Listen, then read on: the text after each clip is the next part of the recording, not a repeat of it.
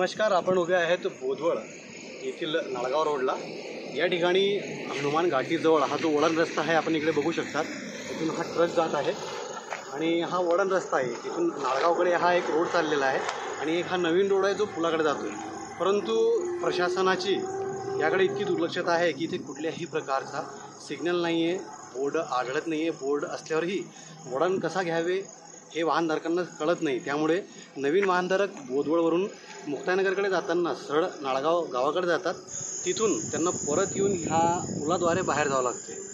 अनेक वेळा नेत्यांनीसुद्धा मागणी केलेली आहे या वळण रस्त्याचा इथे दिशाफलक, सिग्नल आणि लाईट लावावे, परंतु कुठल्याही प्रकारची इतकी सुविधा इथे दिल्या जात नाही आहे। आता तरी प्रशासनाने ही परिस्थिती बघून इथे जागृत होत कमीत कमी या ठिकाणी वळण रस्त्यावरती दिशाफलक, योग्य प्रकारे वळण रस्ता, या सर्व इंडिकेटर्स इथे लावावे अशी मागणी बोदवडकरांकडून होत आहे।